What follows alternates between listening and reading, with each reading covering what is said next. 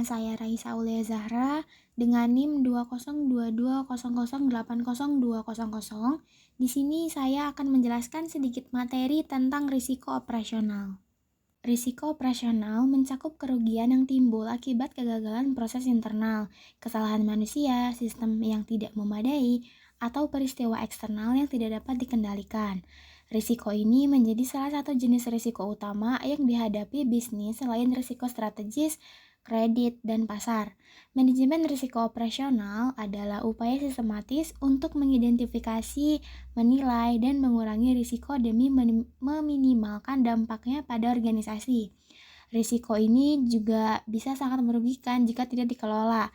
Misalnya, sebuah usaha kecil mengalami kesulitan operasional akibat keterlambatan pembayaran pelanggan, atau sebuah restoran menghadapi krisis reputasi karena kondisi yang tidak sehat di salah satu outletnya, atau perusahaan perangkat lunak mendapat tuntutan hukum akibat pelanggaran hak kekayaan intelektual.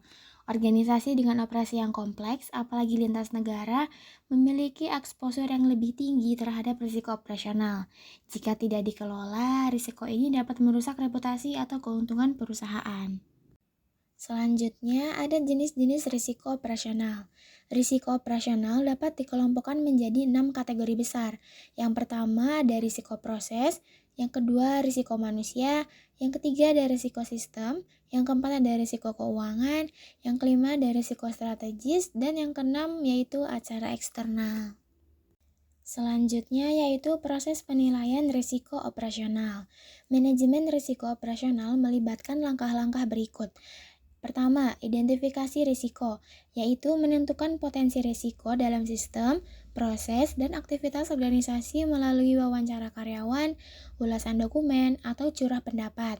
Yang kedua, analisis risiko, yaitu menilai kemungkinan terjadinya risiko dan dampaknya terhadap organisasi menggunakan teknik seperti matriks risiko, analisis skenario, dan analisis data historis.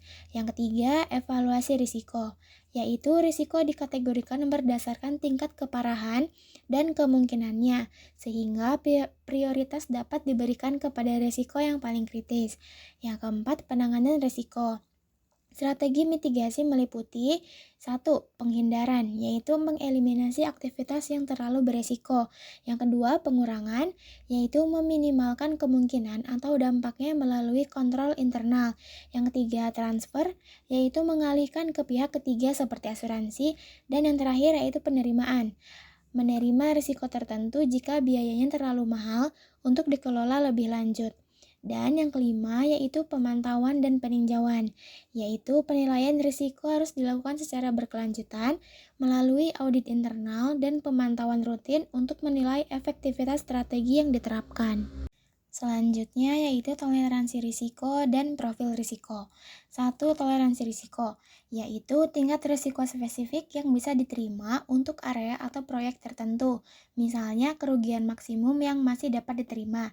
Kedua, profil risiko, yaitu ringkasan landscape risiko organisasi, termasuk jenis dan tingkat risiko yang dihadapi, seperti efektivitas manajemen risikonya.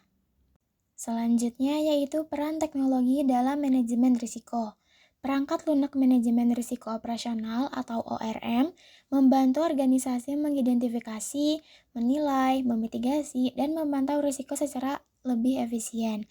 Misalnya, IBM OpenPage menawarkan platform berbasis AI untuk mempermudah pengelolaan risiko.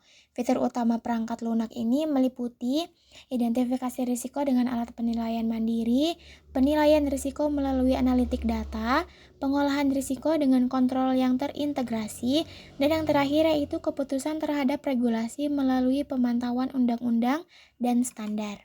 Terakhir, masuk ke kesimpulan. Untuk kesimpulannya yaitu manajemen risiko operasional yang efektif membutuhkan pendekatan holistik, meliputi identifikasi, penilaian, mitigasi, dan pemantauan risiko secara berkesinambungan. Penggunaan teknologi dan perangkat lunak ORM dapat membantu organisasi lebih siap menghadapi risiko yang dinamis. Dengan strategi mitigasi risiko yang tepat, organisasi dapat meningkatkan stabilitas operasional, menjaga reputasi, dan mendukung keberlanjutan bisnis. Cukup sekian materi yang dapat saya sampaikan, kurang lebihnya mohon maaf. Saya Raisa Aulia Zahra, pamit undur diri. Terima kasih.